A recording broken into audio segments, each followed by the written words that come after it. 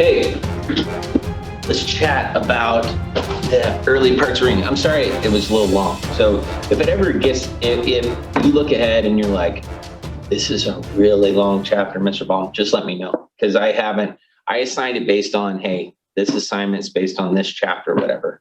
So I did try to lay them all out so at least you can kind of see when they're due. The reason there's one for almost every class period is just because trying to get through all the material. Planner check.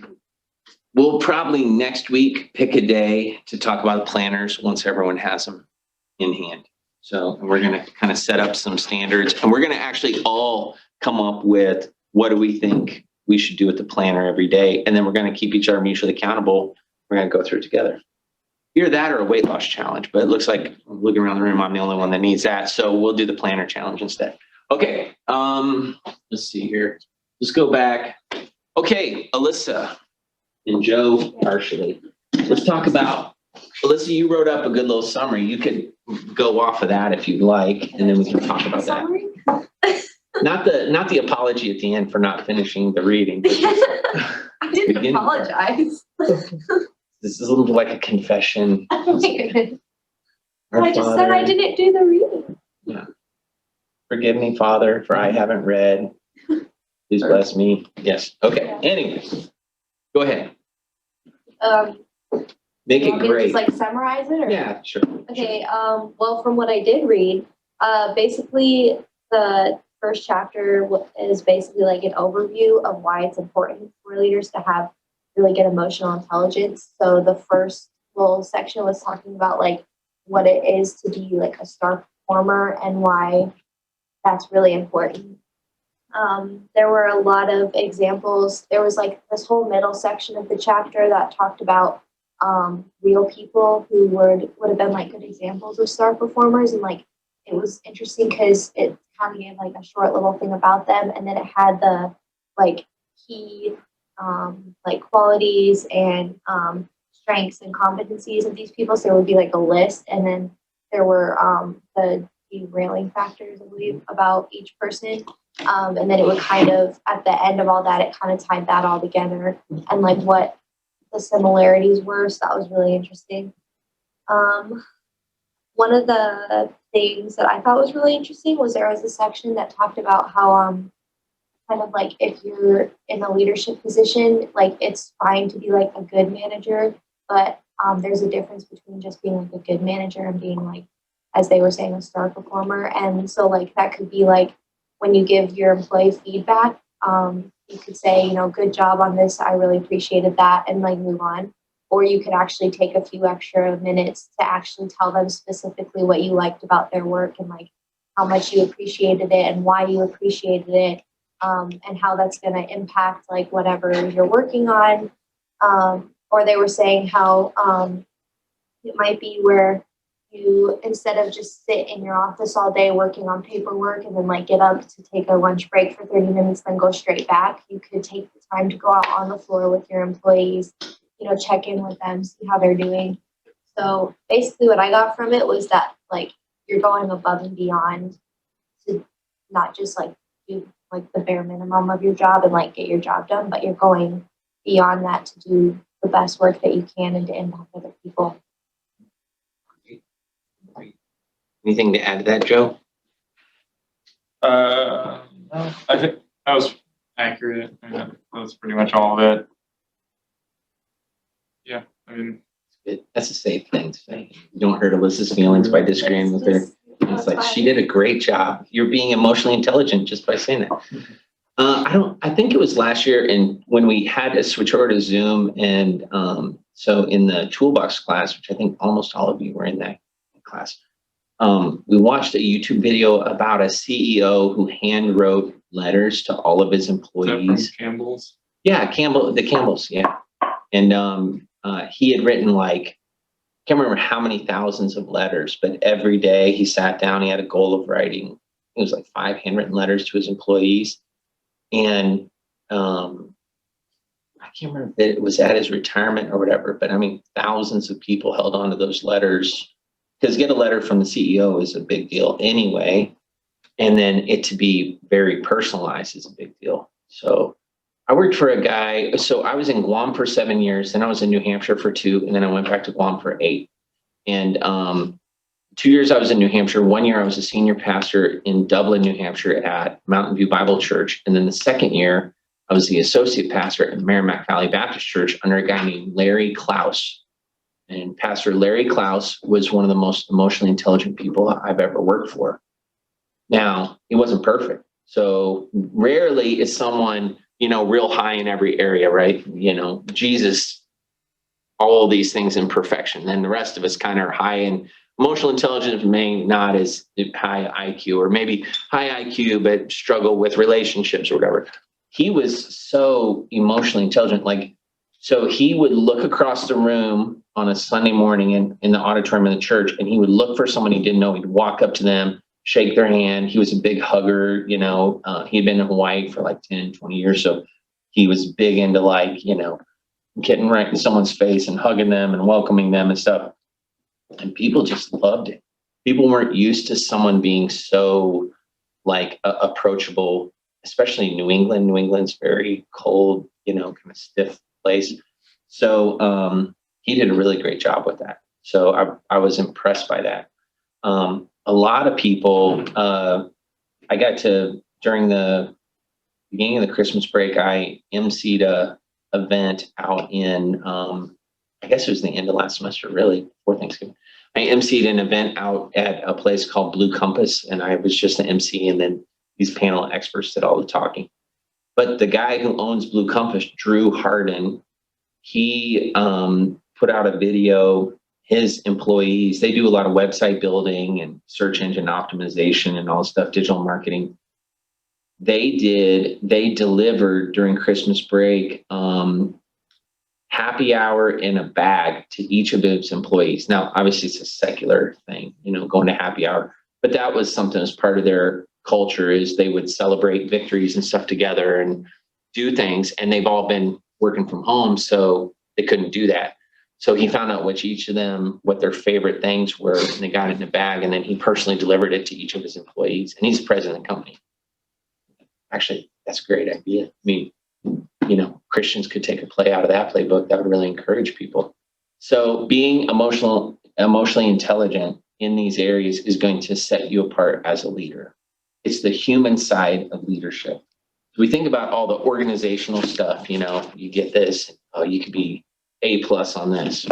But if you're not emotionally intelligent, you're not going to really connect to people. People aren't going to have that affinity towards following you. Remember when we talked about the 5 types of power or influence, Raven and French's 5 types? You guys remember what they were? Types of power. I brought it up a bunch of times. I remember what you're talking about.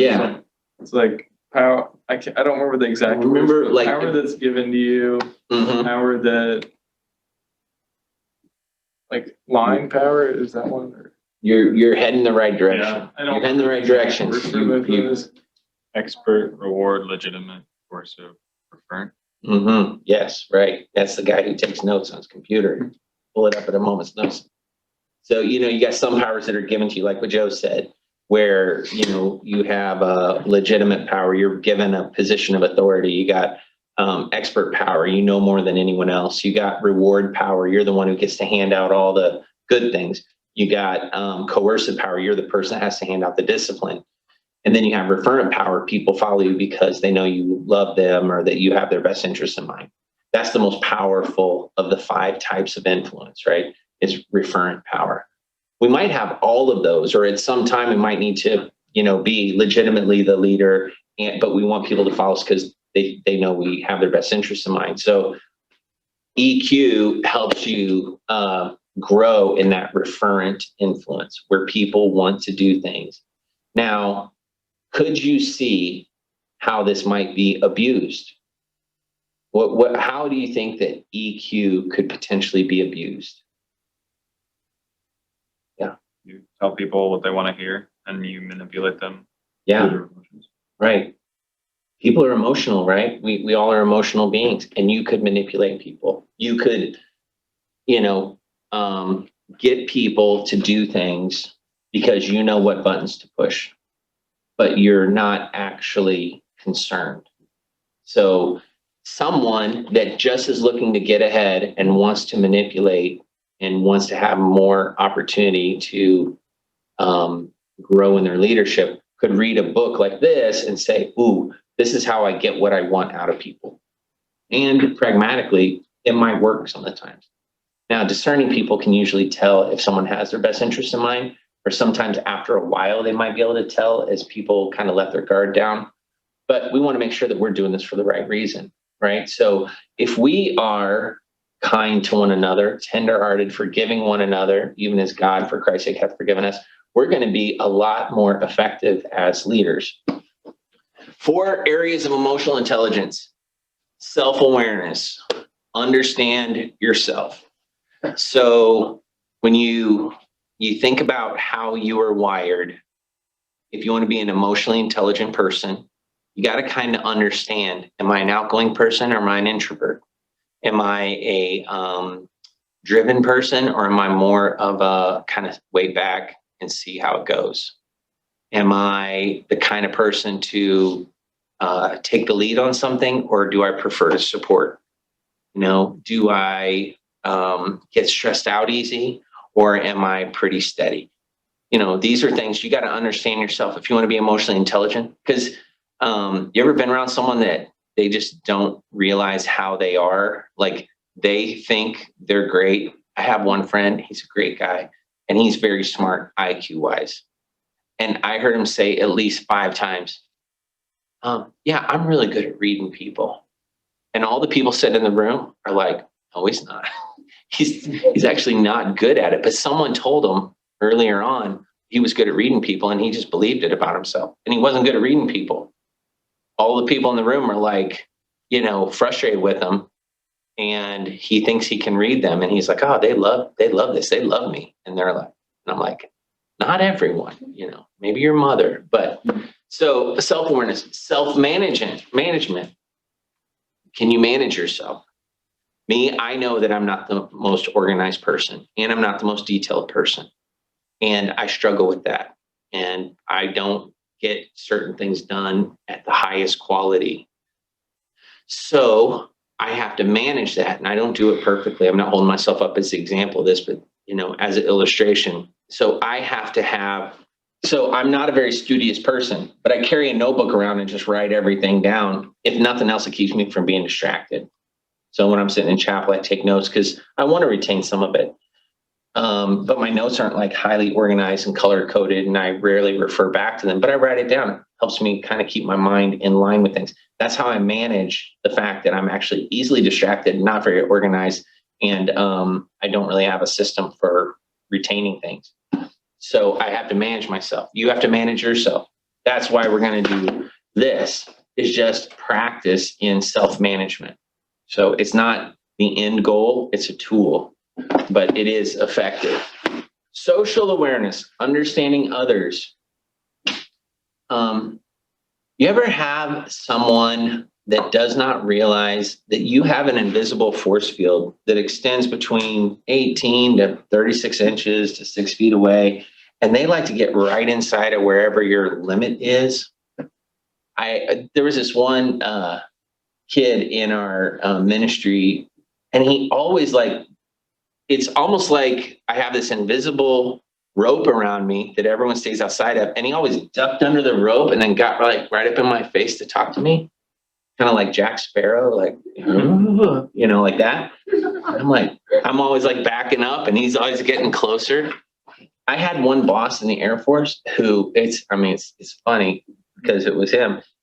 One of his eyes pointed a different direction, and he was a senior master sergeant, so you had to show respect. And he'd come up, and he was kind of got to get right in your face, but one of his eyes is looking one way, and one eye is looking at you, and you didn't know which eye to look at. And he's right in your face like this.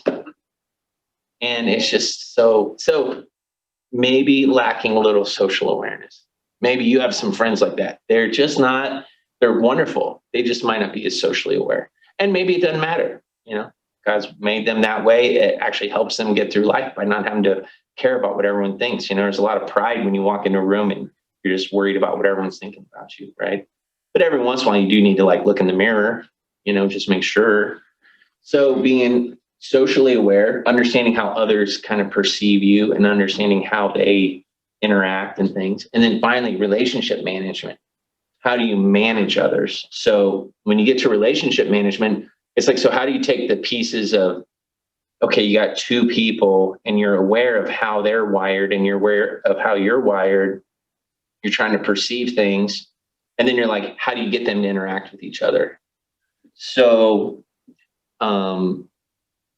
it could be as simple as when we worked on the project last year and we had two teams that were working on the 100-year anniversary project. We divided the teams up to have an even number of the different disc profile types in each group, because we didn't want to have all of one profile group in one group, because you'd have like all the creative people, but you don't have anyone that's like getting the details done, or you might have all the outspoken people in one group, but you don't have any, creativity or whatever. So relationship management is how to get all these other people to kind of connect.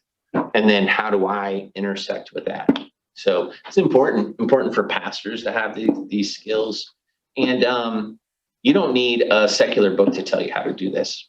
I mean, the Holy Spirit could guide you to learn this, and you can learn it just by being mentored by good people. However, because there are some decent books about it, it's worth discussing. So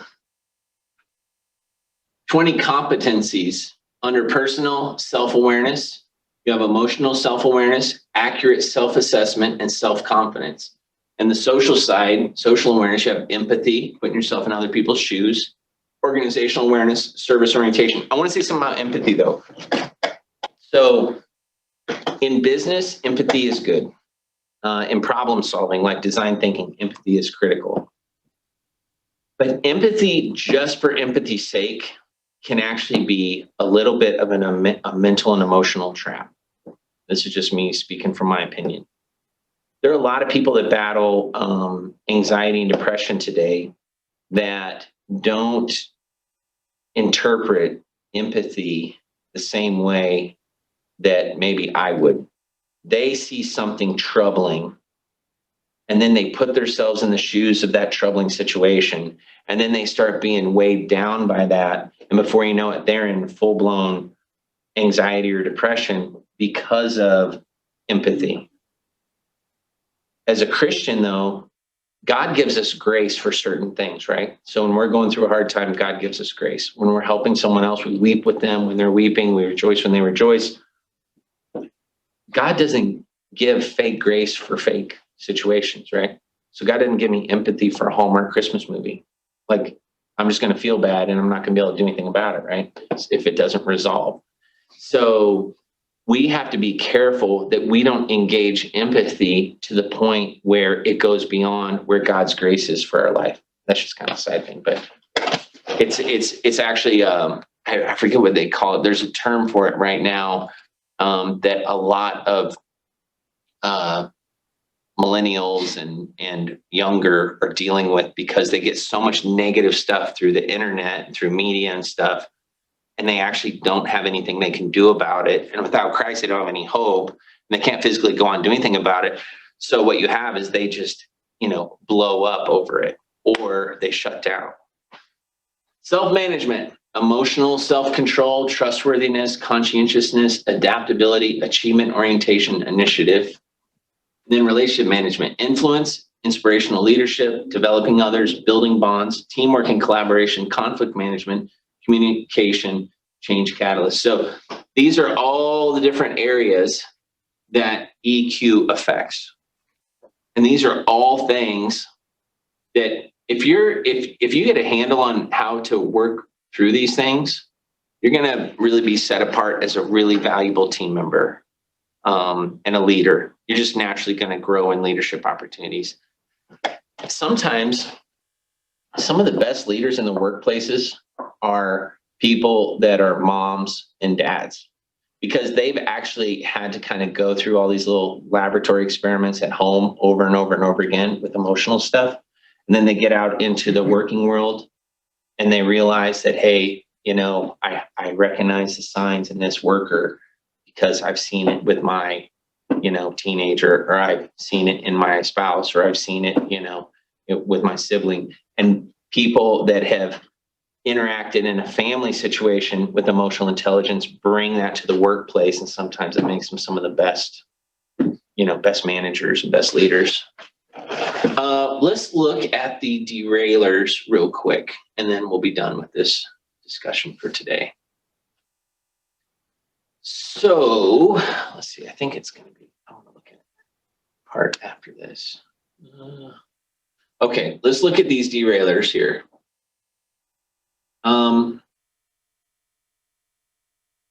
I don't want you to take the derailer test or anything like that, but when it comes to looking at things that kind of kill your emotional intelligence or mute it to where you're not able to be effective, these are things that at least this author came up with that just seem to commonly, and sometimes it's easier to judge someone else than judge yourself. You have a hard time judging yourself.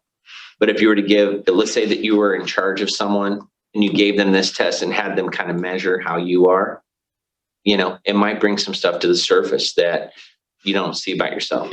In business, this is a little side note, but they have, there's all different types of performance evaluations. Have any of you ever been through, military has performance evaluations, but at work, have you ever had a performance evaluation where a boss sits down and says, hey, this is what you're doing well, this is what you're not?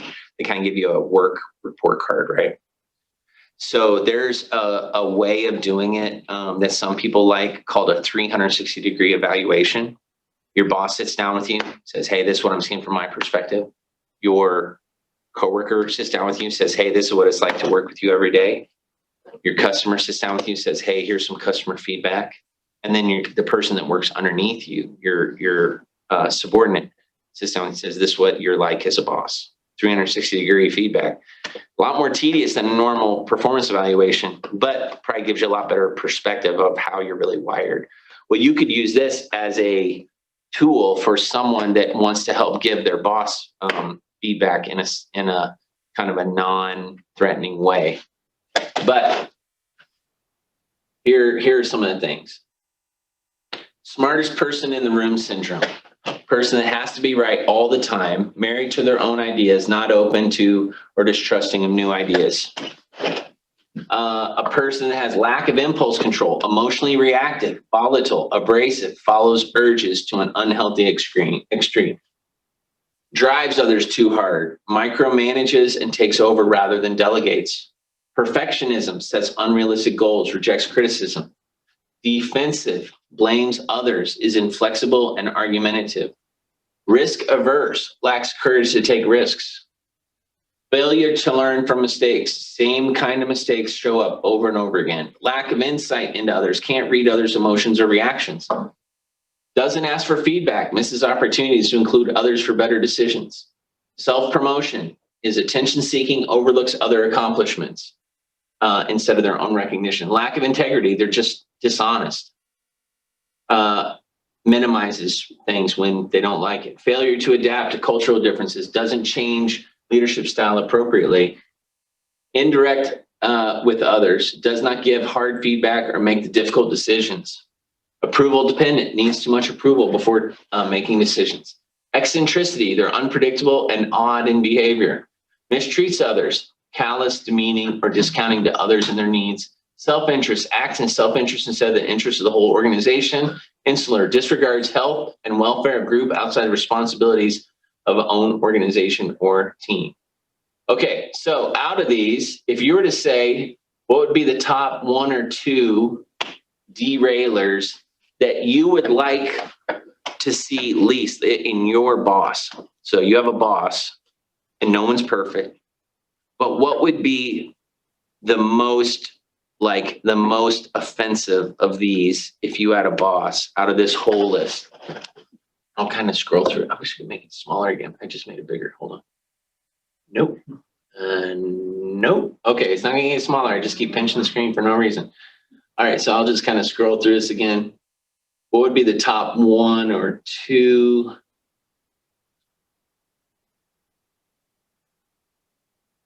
Scroll Rolling. There you go. Okay.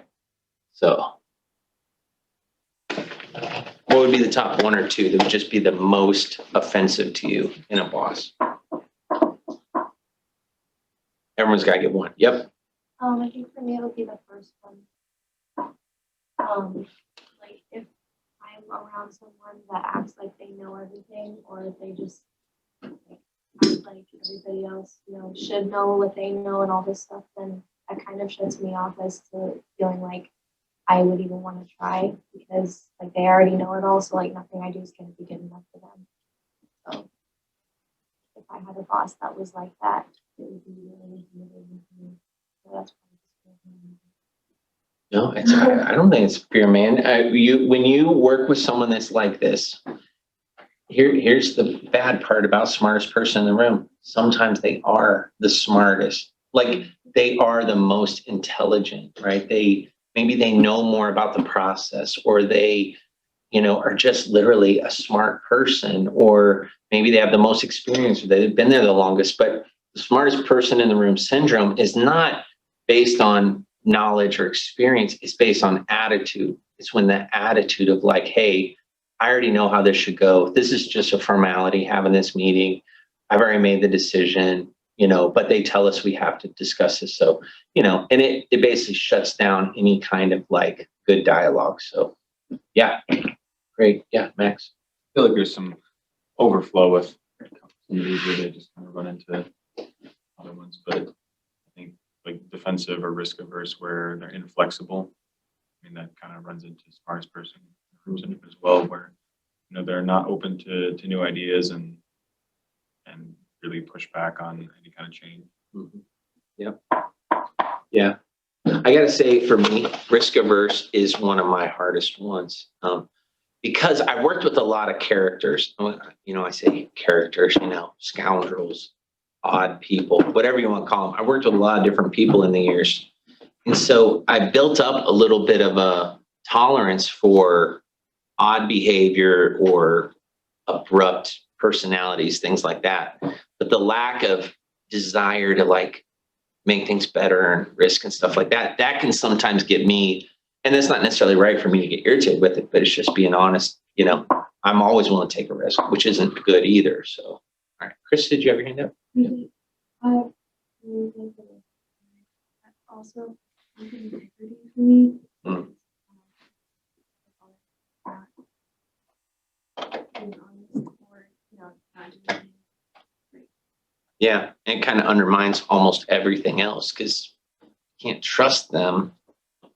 Then it makes you question almost everything else that comes along in their decision making. So yeah. Can you scroll down a little bit? Yep. Oop, just kidding. Oh, there you go.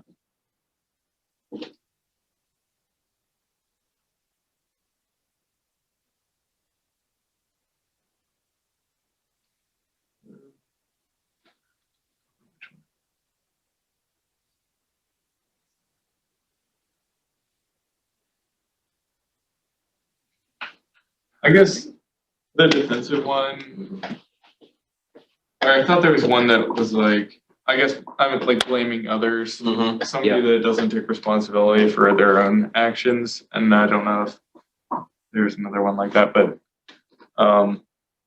it means a lot when your leader takes responsibility for things going wrong. And usually the leader had something to do with it, even if it's not directly their fault. Somebody under them did something, then, but if they blame the people under them, then that's really hard. Like, nobody wants to work for somebody that blames them for everything. I think that's why that extreme ownership TED Talk is probably one of the most popular TED Talks out there with Jocko Willink, because everyone wants their leader to step up and take responsibility and not blame. And yet a lot of leaders don't. So, all right. Emmy. I think kind of self-interest and defensive go hand in hand, because if the leader is just working on their own self-interest and not working for the good of others and then the organization as well, so that will lead into them being defensive over what they're doing. So like they don't want to fail, so they'll push the blame onto other people, and then to protect themselves so they can get further in their career. Good, good, Kelly. 15 for me. Want to scroll down to it? I think the unpredictable and the odd in the behavior is definitely, they'll handle certain things certain ways. And there's, they do one thing one way one day. You think that's right. And then you behave in the same way and then it's not okay. That's all right. So I'll fix that. And then next week, well, this changed and I was doing this. I thought this was right, but it turns out you're actually supposed to do it like this. Well, that's not how I was taught and that's not how I was told, or all the rules change depending on who it is. And that is extremely hard to work for. Mm-hmm. Yep.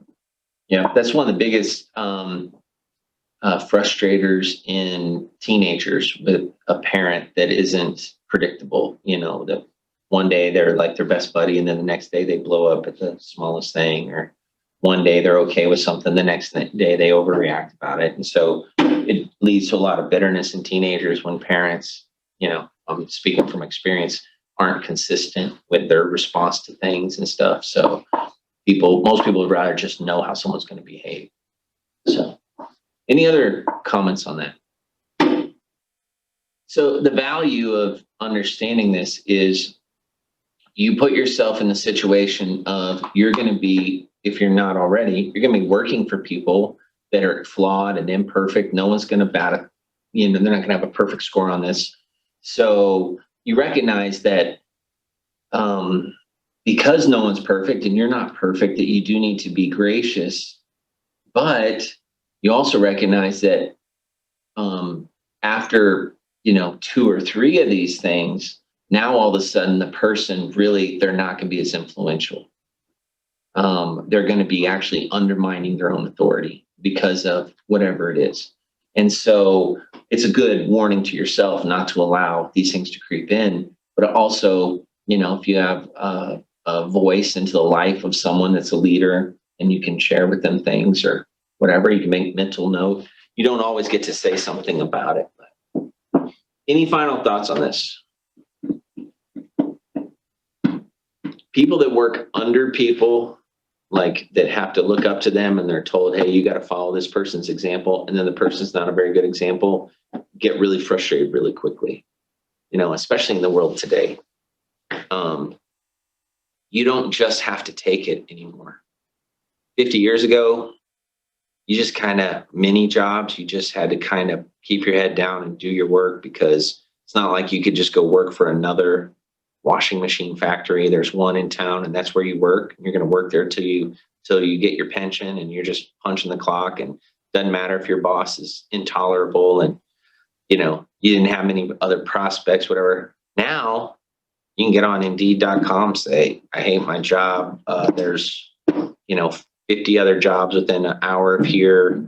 Maybe I'll start sending out my resume, whatever. LinkedIn, you just click the one button, I'm looking for work. People come to you. So there's a lot more accountability, I think, for bad behavior in leaders, and not even necessarily bad behavior, just people that are emotionally not very intelligent. So, but it's something we can all work on. Now, there are some people, what would keep someone from being emotionally intelligent that might be beyond their control? What would you say would be, and then we'll end with this, what would be something that could keep someone from being as emotionally intelligent as as maybe someone else, but it's not their fault?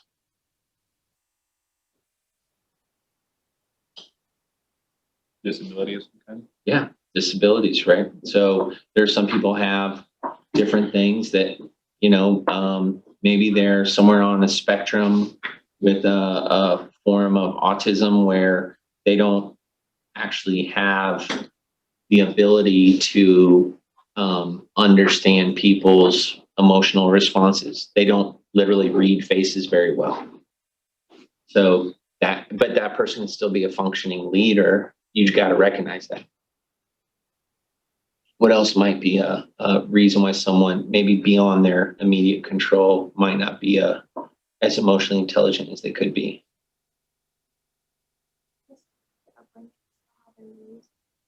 Absolutely. Yeah, I got some friends that own an agricultural business up in near Storm Lake, Iowa, and they have,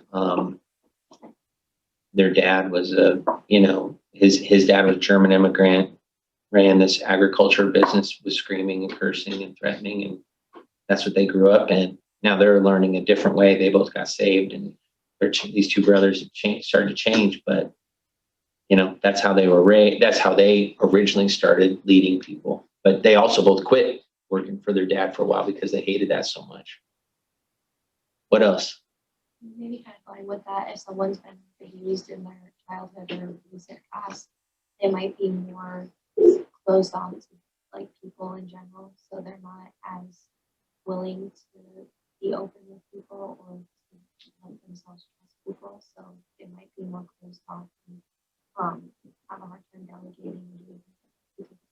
Yeah, because you do have to make yourself vulnerable, and you got to have a little bit of you got to be a little transparent to be someone that also is going to receive, because you're probably only going to get as much back as you're putting out as far as emotional intelligence. So, what else? How about just when people are exhausted? Sometimes people, they're going through a rough time. They're not sleeping at night. They've got, babies that are keeping them awake all night. They got sleep apnea. We had a friend that had Lyme disease, undiagnosed Lyme disease. It literally changed her personality. We thought she was going crazy. She was undiagnosed for 2 years. She got diagnosed, treated, literally a different person, not even the same person. It was now, again, you still have to do what you have, you still have to do the job, and you can't. So sometimes there are explanations for things, but they are not excuses, right? So, hey, I didn't sleep all night last night. That's an explanation why I'm tired and I'm more prone to being less emotionally intelligent. But I can't just scream at you because I'm tired. Doesn't matter. There's no excuse, right? So we put things in this explanation category. And then, I think I told you guys, my first boss in the Air Force said, give everyone the right to have at least one bad hair day every once in a while. It's no one's gonna always feel up. No one's always gonna be on their A game. Sometimes people are just feeling weak and low, and there's other stressors and so you, as someone with high emotional intelligence, can perceive that in someone and maybe have a little sympathy for someone, maybe come along and help them. How many of you watched Cane Mutiny with me last year in the remember the cinema night? A little bit of emotional intelligence amongst the men who were following Commander Queeg might have saved Commander Queeg from the situation he found himself in. Not to take it too far, but okay. All right. That's it for today. Thank you guys.